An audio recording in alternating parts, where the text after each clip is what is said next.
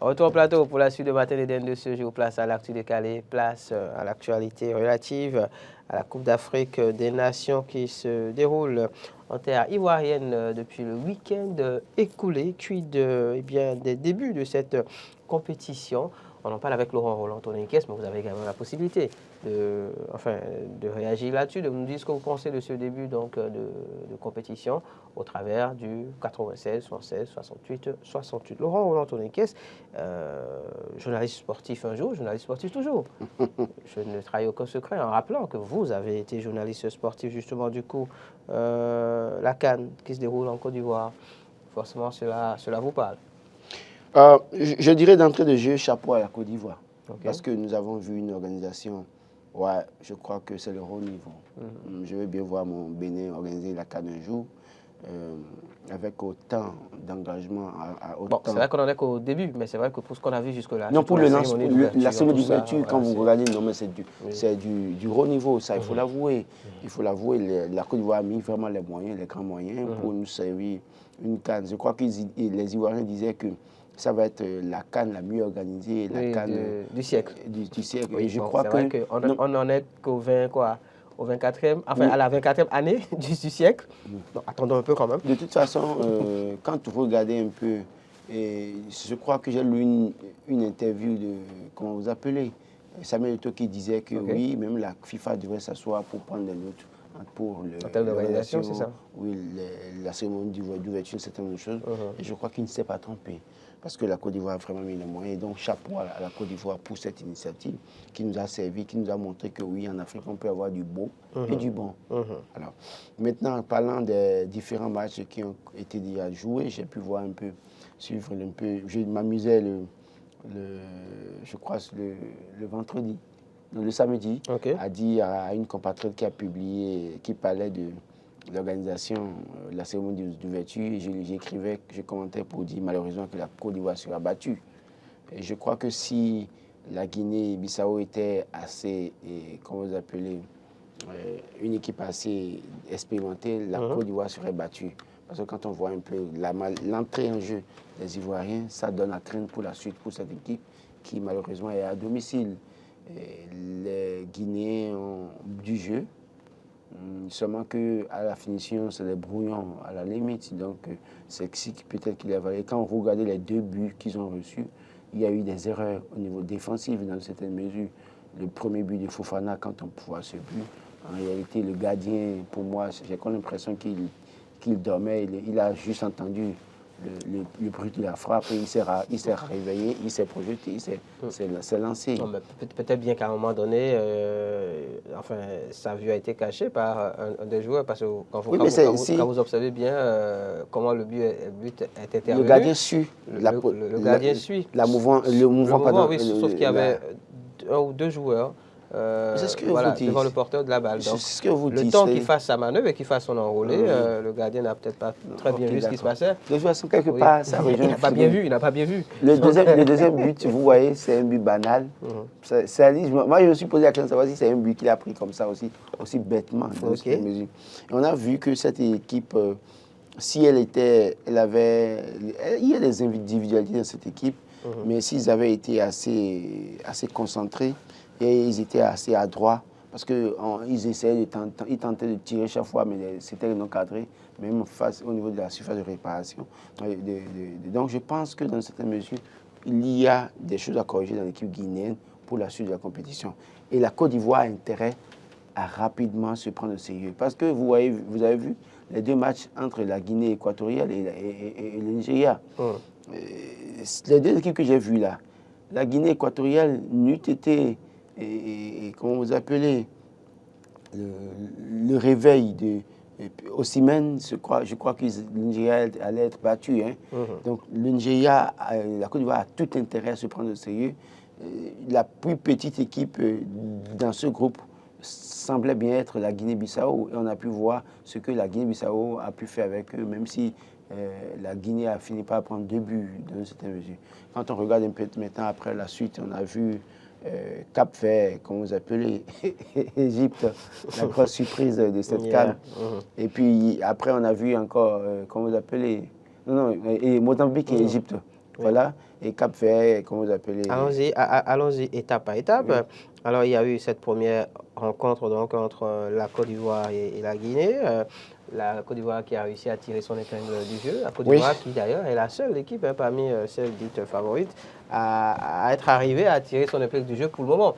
Parce que pour le reste, c'est soit qu'elles sont tenues en échec, soit c'est le cas du Ghana qui s'est fait battre.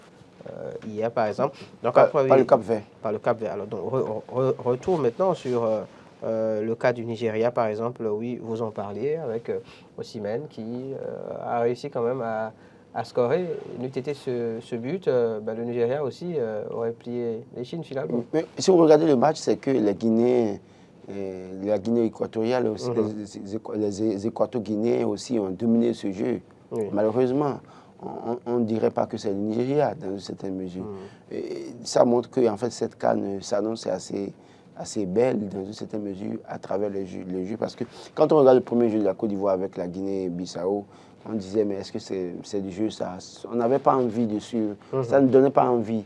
Mais il a fallu attendre hier pour voir Guinée maintenant, Guinée équatoriale, Nigeria, pour se rendre compte qu'il fallait vraiment suivre. Et quand vous voyez Mozambique, Égypte, voilà encore autre chose. Mo Salah a tout fait. Carrément, on va dire quoi, invisible durant toute la rencontre.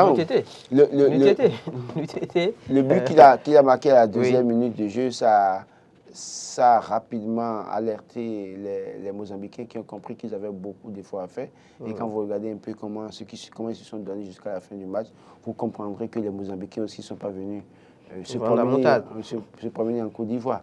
Donc Cap vers Ghana également. Le Ghana, je crois que les Ghanéens comprendront une fois pour toutes qu'il n'y a pas de petite équipe dans cette compétition. Et ce qui est même difficile pour eux maintenant, c'est qu'ils sont battus par l'équipe qui est censée être la plus faible, c'est ça? Qui est la plus faible du groupe, de leur groupe.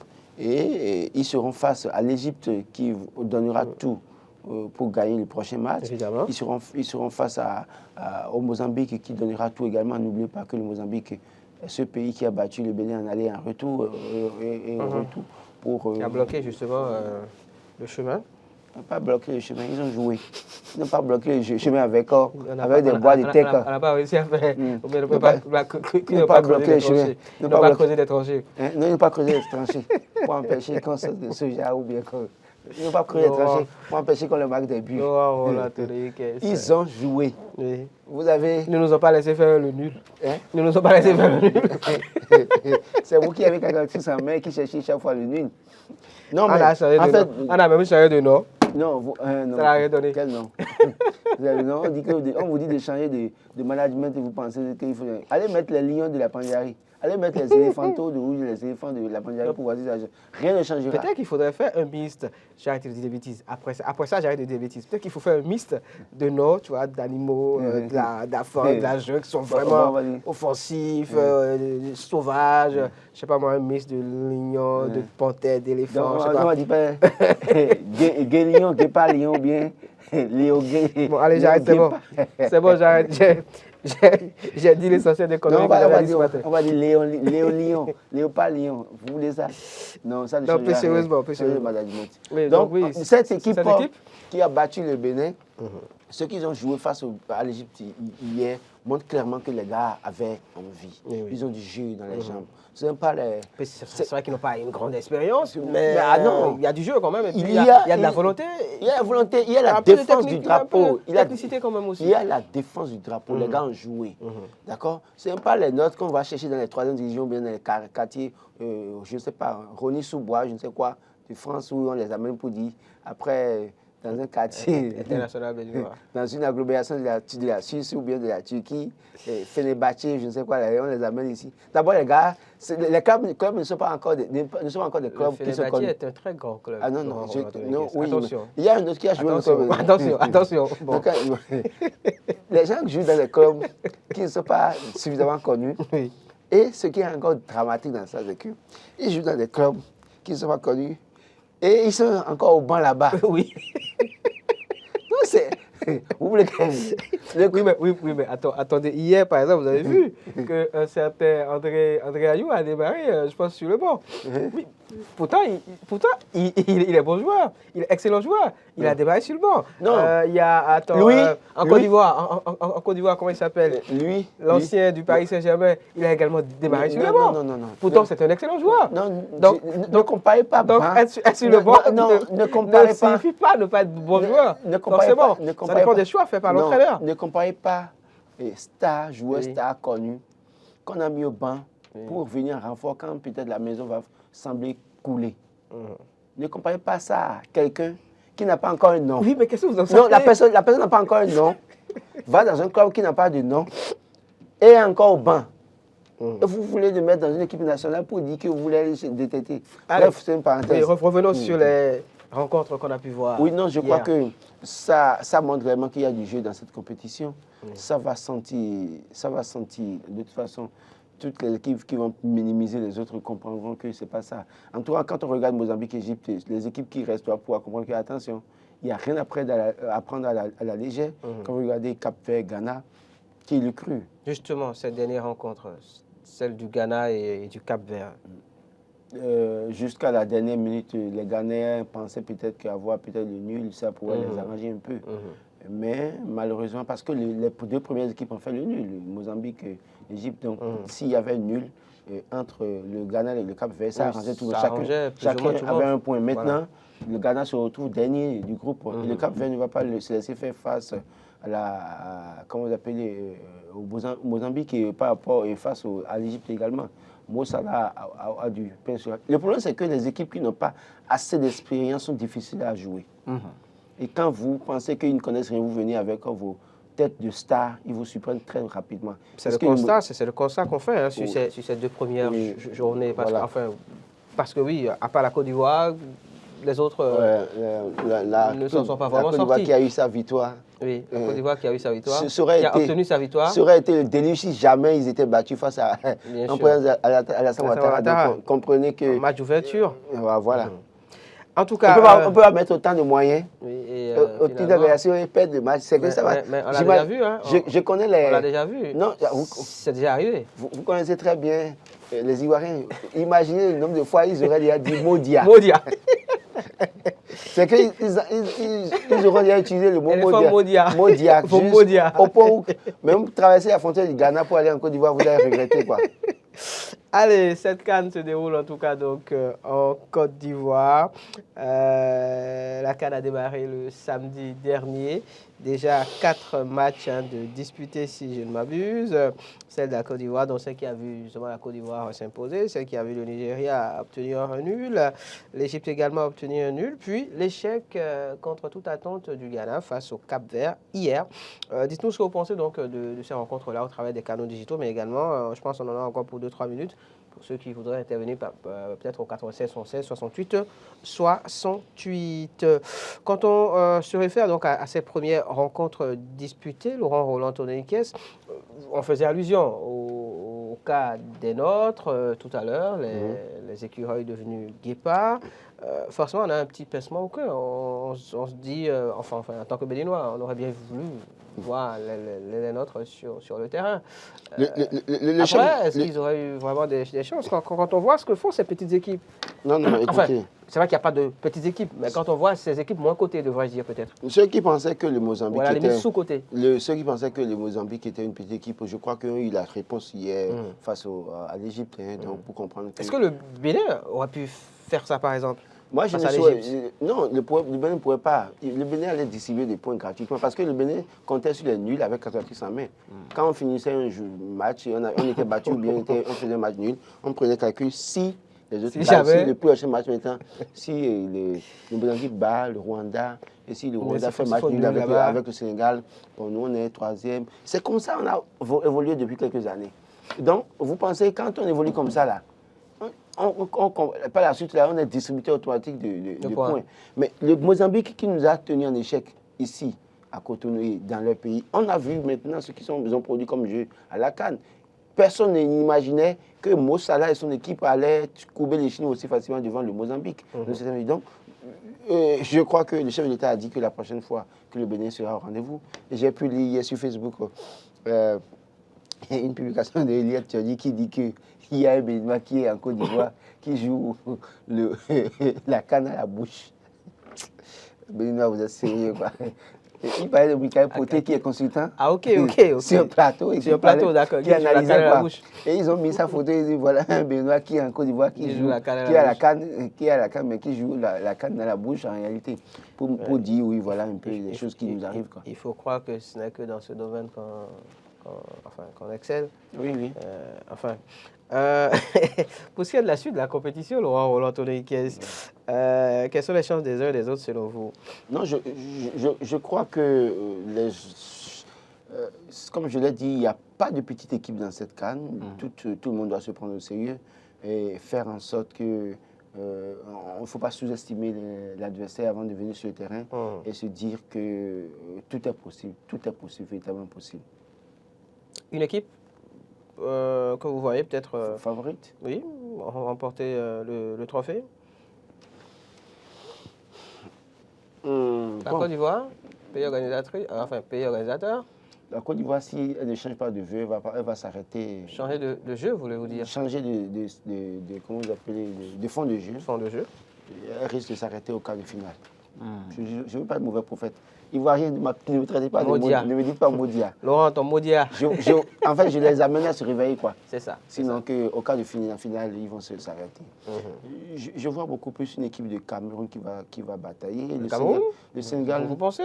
Oui, un peu. Cette équipe du Cameroun? Oui. Le Sénégal aura du mal à s'en sortir parce que les gens savent très bien que c'est le champion en titre, ça va être difficile pour eux.